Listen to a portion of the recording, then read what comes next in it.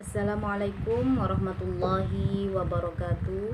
Bismillahirrahmanirrahim. Alhamdulillahirrahmanirrahim. Wassalatu wassalamu ala asyrafil anbiya'i wal mursalin wa ala alihi wa sahbihi ajmain, amma ba'du. Yang terhormat Bapak dosen pengampu Hadis Tarbawi 1 Bapak Dr. Nur Habibullah MPDI, yang saya hormati teman-teman seperjuangan yang dirahmati Allah Subhanahu wa taala, khususnya PAI 5D. Baiklah, sebelumnya perkenalkan, nama saya Endang Sliawati. Saya seorang mahasiswi di kampus Setai Anak Buah Kuala Tungkal. Saya dari kelompok 10, saya dan Moyono.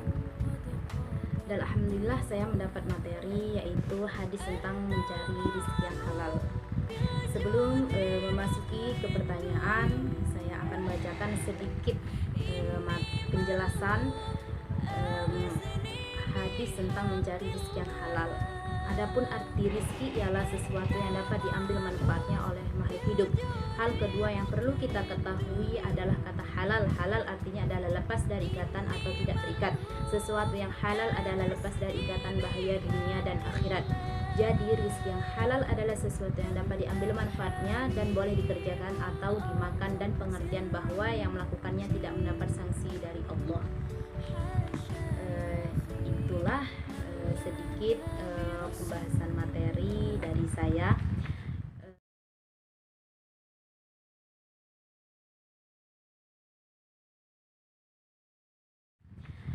Baiklah, saya akan melanjutkan pertanyaan dari teman-teman saya, yang dimana pertanyaannya ada 7 ya. Yang pertama dari saudari Endang Sliawati, yang kedua dari saudari Asfa Asfialana, yang ketiga dari Nikmatus Sholihah, yang keempat dari Khairunida, dan yang kelima dari Nabila Istafana, dan yang keenam dari Ayu Sela, yang ketujuh dari saudara Syari Khafif. Baiklah, memasuki pertanyaan yang pertama yaitu dari Endang Sliawati, yang mana pertanyaannya, apa saja hikmah mencari rizki yang halal serta berikan hadisnya. Adapun hikmah mencari rezeki yang halal diantaranya dosanya akan diampuni dan menumbuhkan sikap yang juang tinggi dalam menegakkan ajaran Allah dan Rasul serta mendekatkan diri kepada Allah. Di antara ayat yang menyebutkan makanan atau hewan yang diharamkan Allah, sebagaimana firman Allah Ta'ala di dalam Quran surah Al-Maidah ayat 3. A'udzu billahi minasyaitonir rajim. Bismillahirrahmanirrahim. Hurrimat 'alaikumul maitatu wad-damu wa lahmal khinziri wa ma uhilla li ghairillah bihi wal munkhaniqatu wal mawqudatu wal mutaraddibatu wan natihatu wa ma akala sab'u illa ma zakkaytum wa ma dzubiha 'alan nusub, yang artinya diharamkan bagimu memakan bangkai, darah, daging babi yang disembelih atas nama selain Allah, yang tercekik, terpukul, jatuh dan diterkam binatang buas, kecuali yang sempat kamu sembelihnya, dan diharamkan bagimu yang disembelih untuk berhala. Quran surah Al-Maidah ayat 3. Dan dilanjutkan pertanyaan dari saudari Asfa Asfialana, apa mudarat jika memberikan rezeki yang haram kepada keluarga atau anak-anaknya? Baiklah, saya jawab.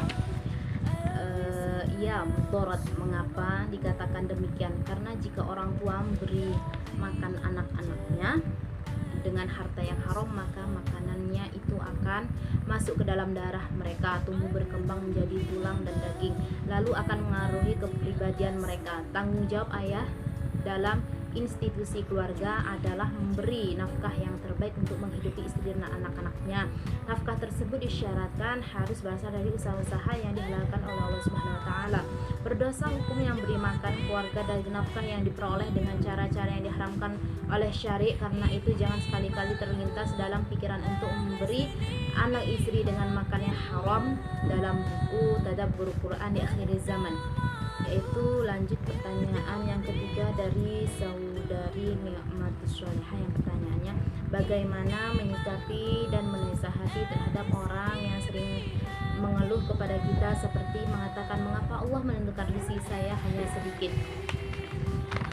Jawabannya, boleh jadi karena Allah tahu batas kemampuan kita.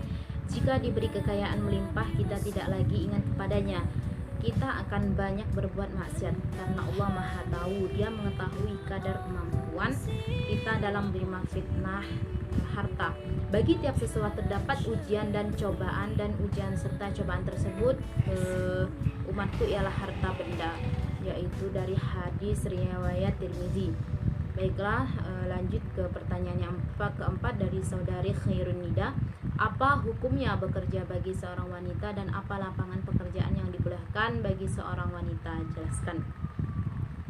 Jawabannya, tidak seorang pun yang berselisih bahwa wanita berhak bekerja. Pembicaraan hanya berkisar tentang lapangan pekerjaan yang layak bagi seorang wanita. Penjelasannya sebagai berikut. Ia berhak bekerja, mengerjakan apa saja yang biasa dikerjakan oleh seorang wanita biasa lainnya di rumah suaminya dan keluarganya, seperti memasak, menyapu, dan lain-lainnya, dan bermacam pelayan lainnya, serta pekerjaan bersama yang sesuai dengannya. Ia juga berhak mengajar, berjual beli, dan semisalnya apabila tidak mendorong pada perbuatan yang diharamkan oleh syarak, seperti berduaan dengan selain mahram atau bercampur dengan laki-laki lain. Majalatul Buhus Al-Islamiyah disalin dari kitab Al-Fatwa Al-Jumi'ah lil Mar'atul Muslimah, penyusun Amir bin Yahya Al-Wazan, penerjemah Darul Haq. Baiklah, lanjut ke pertanyaan yang kelima dari saudari Nabila Istafana yang pertanyaannya, bagaimana etika dan anjuran mencari nafkah yang halal dalam hukum Islam? Jawabannya, cari yang haram saja susah, apalagi cari yang halal. Ungkapan di atas seolah telah menjadi legalitas untuk mencari harta dengan cara-cara yang halal. Begitulah sebagian kenyataan yang terjadi di tengah masyarakat, khususnya dalam urusan mencari rezeki. Hanya sedikit yang mau peduli dengan rambu-rambu syariat. Sebagaimana dalam hadis Abu Hurairah radhiyallahu anhu bersabda, akan datang suatu masa pada umat manusia mereka tidak lagi peduli dengan cara untuk mendapatkan harta, apakah melalui cara yang halal ataukah dengan cara yang haram. Hadis riwayat Bukhari. Lanjut ke pertanyaan yang ke-6, yaitu dari Ayusela yang pertanyaannya, apa hukum mengemis atau meminta-minta dalam Islam? Jawabannya, dari Qabisah bin Muqarik Al-Hilali radhiyallahu an berkata, wahai Qabisah, sungguhnya minta-minta itu tidak halal kecuali bagi salah satu dari 3 orang. Yang pertama, orang menanggung hutang orang lain. Yang kedua, seseorang tertimpa musibah yang menghabiskan hartanya. Dan yang ketiga, seseorang yang ditimpa kesengsaraan hidup, ia boleh meminta-minta sampai mendapatkan sandaran hidup. Meminta-minta sekalian 3 hal itu adalah haram hukumnya. Kalau ditanya bagaimana hukumnya, hukumnya haram. Yaitu sahih hadis riwayat Muslim, Abu Daud, Ahmad, Nasai. Lanjut ke pertanyaan yang ke-7, yaitu dari saudara Bishr Khofi yang pertanyaannya, apa hukumnya mencari rezeki yang kita tahu bahwa rezeki tersebut samar-samar, masih antara halal dan haram, dan kita melakukannya dalam arti mencari rezeki tersebut? Jelaskan. Halal itu jelas, haram itu jelas, dan di antara keduanya terdapat berbagai persoalan yang samar. Samar itu apa? Yaitu syubhat yang tidak dapat diketahui oleh sebagian besar manusia. Maka barang siapa menjaga dirinya dari syubhat yang benar-benar telah menjaga agama dan kehormatannya, dan barang siapa terjatuh dalam yang samar, maka dia telah terjatuh dalam keharaman. Hadis riwayat Syekhon. Allah Subhanahu wa taala berfirman dalam Quran surah Al-Baqarah ayat 42. A'udzu billahi minasyaitonir rajim. Bismillahirrahmanirrahim. Wala talbisul haqqa bil batil wa taktumul haqqa wa antum ta'lamun. Yang artinya, dan janganlah kamu bercampur adukan yang hak dengan yang batil, dan janganlah kamu sembunyikan yang hak itu sedangkan kamu mengetahuinya. Quran surah Al-Baqarah ayat juz 12 ayat 42. Itu semoga bermanfaat bagi teman-teman yang sudah bertanya dengan jawaban saya. Lebih dan kurangnya saya meminta maaf. Saya akhiri dengan ucapan Assalamualaikum warahmatullahi wabarakatuh. Baiklah, pertanyaan selanjutnya akan dilanjutkan oleh teman saya, yaitu saudara Mulyono. Baiklah, kami akan coba menjawab pertanyaan-pertanyaan dari tersebut, yaitu pertanyaan tentang masalah akalah kami, yaitu tentang masalah rezeki. Yang pertanyaan dari saudara Anita ini adalah, bagaimana pendapat Anda tentang seseorang yang menjual narkoba padahal itu narkoba itu haram digunakan? Yang jelas begini ya, saya coba menjawab. Narkoba itu yang jelas haram. Kemungkinan faktor lingkungan dan faktor ekonomi, kemudian orang itu melakukan suatu menjual narkoba atau mengonsumsi narkoba. Terus bagaimana narkoba itu pandangan Anda? Jelas narkoba itu tidak boleh digunakan oleh kita. Jika seseorang itu menggunakan narkoba itu, yang jelas kita harus mengenai denda. Denda itu harus sesuai dengan hukuman semaksimal mungkin. Karena kenapa? Narkoba itu adalah sangat berbahaya bagi kita semua, apalagi untuk para anak-anak cucu kita yang kedepannya itu sangat berbahaya. Jadi gimana narkoba itu? Yang jelas haram. Karena kenapa? Karena itu menyebabkan suatu efek samping yang luar biasa, itu merugikan pribadi kita dan merugikan masa depan kita, yang jelas. Next. Lagi ini pertanyaannya dari saudara Hamzah, yaitu bagaimana membedakan antara rezeki yang halal dan yang haram, dan bagaimana memperoleh rezeki yang berkah. Rezeki itu berbeda-beda ya. Rezeki itu ada kesehatan, uang, dan lain-lain. Rezeki itu hanya bukan uang. Rezeki yang halal itu kita rasakan yang jelas sedikit rasa nikmat. Walaupun itu hasilnya sedikit, tapi terasa nikmat dan mempunyai daya yang luar biasa untuk kita konsumsi atau keuangan itu kita gunakan dengan baik.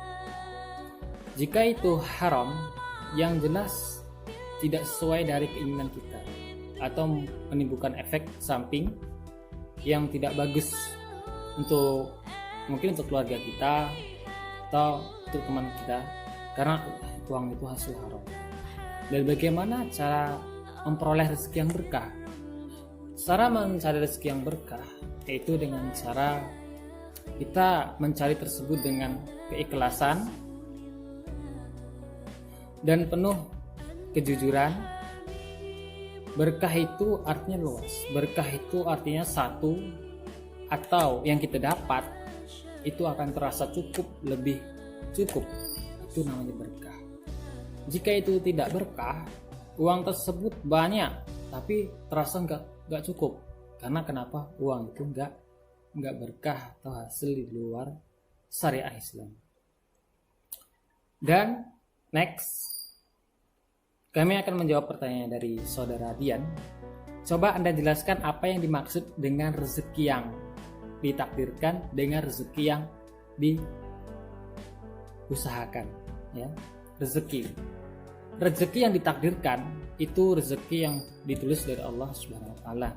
Rezeki seperti apa? Jodoh. Seperti jodoh dan